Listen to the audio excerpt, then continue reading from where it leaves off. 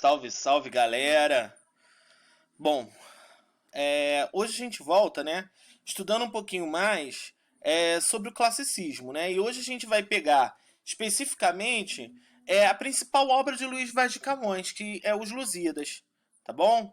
Então hoje a gente vai ver alguns episódios dos Lusíadas. Fiquem atentos, porque depois a gente vai ter um exercício. Vocês vão fazer com base no que a gente está lendo aqui. E vocês vão usar também o livro didático de vocês, tá? Na folha que eu vou passar, né, na folha que eu vou colocar lá na plataforma Google, vai ter direitinho as páginas para vocês irem lendo os textos e respondendo as perguntas que eu coloquei, tá certo? Lembrando sempre que vocês devem colocar as respostas com as palavras de vocês. Eu não quero cópia. Para mim, cópia não interessa muito, valeu? Então vamos lá. Então a gente vai estudar um pouquinho os Lusíadas, né? É, ele é um poema épico, como eu falei, é do gênero épico, né? Escrito por Luís de Camões, né? Luís Vaz de Camões, que era um português. A gente ainda está estudando essa literatura em língua portuguesa antes do Brasil, para depois a gente começar a estudar a literatura que foi produzida quando a língua portuguesa chegou aqui, certo? Então vamos lá, ele foi uma obra publicada em 1572. A gente já tinha falado um pouco dela em aula, beleza? Então, qual é o enredo principal dela? Vai ser o achamento do caminho para as Índias, né? Sendo que Vasco da Gama, por ser uma poesia épica, representa todo o povo português. Tá certo? Então, o gênero épico, a gente vai ver, já viu mais ou menos, já conversou sobre isso. Né? É um gênero que nasce na Grécia Antiga, com Homero.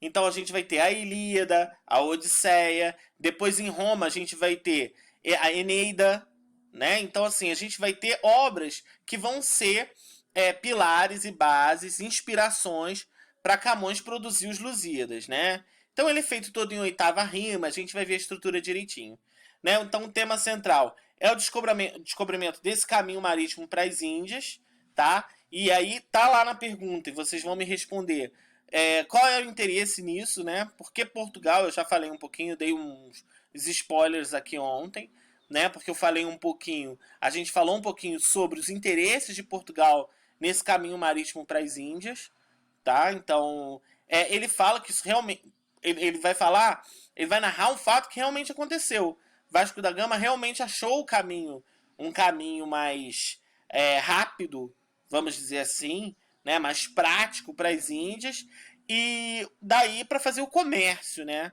E esse comércio que vai fazer de Portugal uma grande potência no século XVI aí, tá?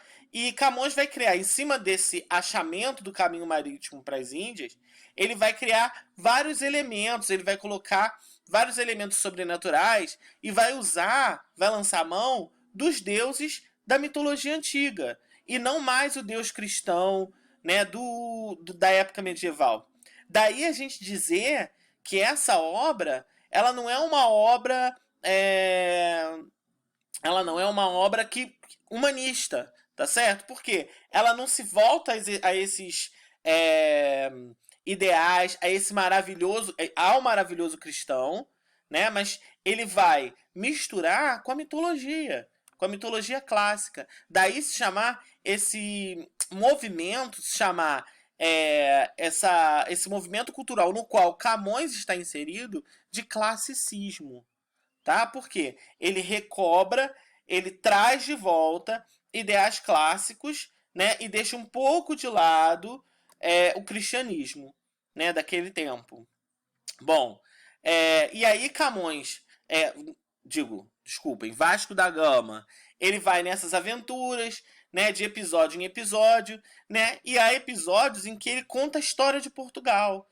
Então ele vai o quê? Narrar, né, como é que Portugal, né, aquilo que a gente viu lá atrás, né, aquele reinozinho que nasce com Dom Afonso Henriques no século XII, como que ele se tornou essa grande potência mundial no século XVI. Vejam aí, 400 anos.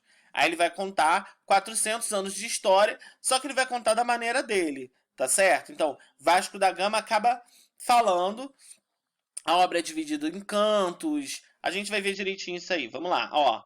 Ele é constituído por 10 cantos, cada canto possui um número variável de estrofes, né? Então é uma poesia épica, tá bom? Um poema épico.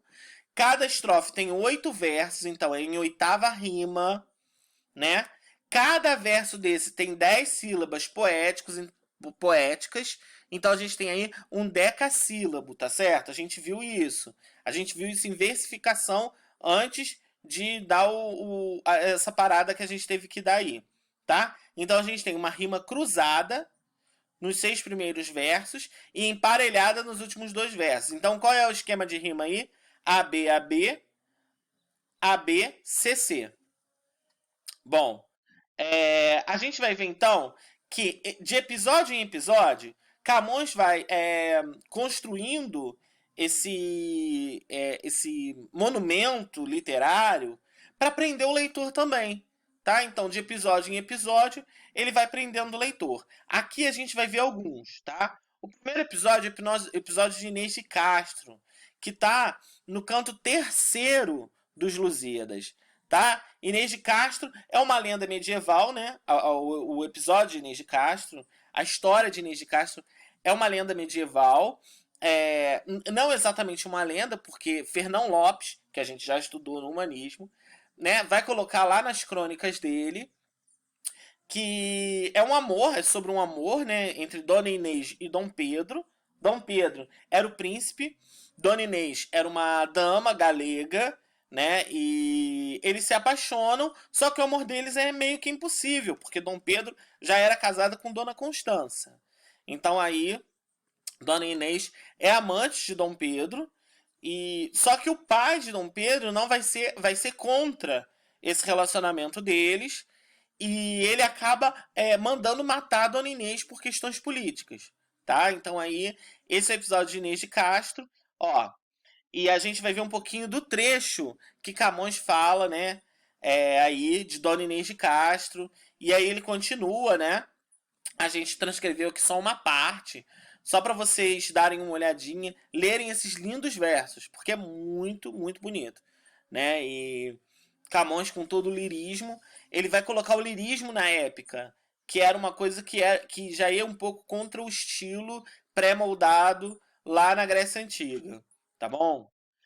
O outro episódio é o Velho do Restelo, que a gente tem aí. Vocês vão ter um exercício sobre o Velho do Restelo no livro didático de vocês, tá? Ele tá lá no canto quarto, então logo seguinte ao episódio de Dona Inês de Castro, né? Quando o Vasco da Gama tá falando, tá contando como foi a saída deles de Portugal, e é quando um velho, né, vai falar para eles algumas coisas, ele vai mandar real, né? Ou seja, ele vai falar que aquilo ali é tudo não é para a glória do reino, é para a glória própria, né? Que aquilo ali ele vai falar, ó, glória de mandar, ó, vã cobiça desta vaidade, a quem chamamos fama, né? Ó fraudulento gosto que se atiça com uma alma popular que honra se chama, que castigo tamanho que justiça fazes no peito vão que muito te ama, que mortes, que perigos, que tormentas, que crueldades nele experimentas. Então aí a gente vê um pouco a voz desse velho, né?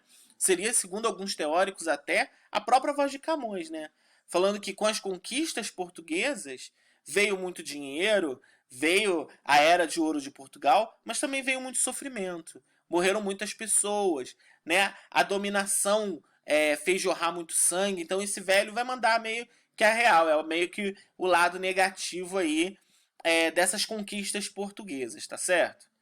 Bom, o outro episódio que a gente tem é o Gigante Adamastor, que vai aparecer no canto quinto, né, quando o Vasco da Gama e a tripulação dele vai se dirigir ao famoso Cabo das Tormentas, que é ali na costa da África, lá na pontinha, né, no finalzinho, e ali é um lugar, né, no Atlântico, em que muitos barcos, muitas naus afundavam, né? E aí Camões vai aí usando o maravilhoso, usando a mitologia, ele vai botar esse gigante aí, né?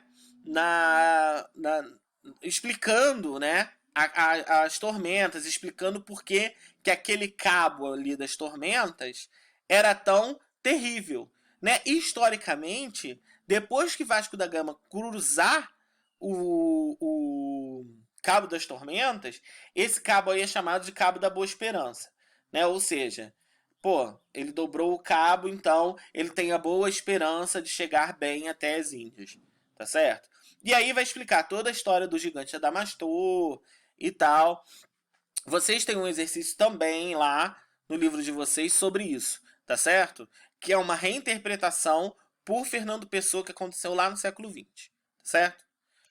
Bom, a gente vai finalizar por aqui hoje. Eu espero que vocês peguem esse material, leiam com cuidado, leiam os trechos dos poemas com muita atenção, porque esses episódios são muito interessantes, né? E é uma leitura muito bonita, né? Camões tem essa essa capacidade de nos maravilhar, mesmo com as palavras que vocês podem achar diferentes aí. É, ele tem essa capacidade de escrever bonito. Então leiam com cuidado, viajem nesses episódios aí, se deixem encantar pelos Vaz de Camões, tá certo? Eu fico por aqui, gente. Valeu. Fui.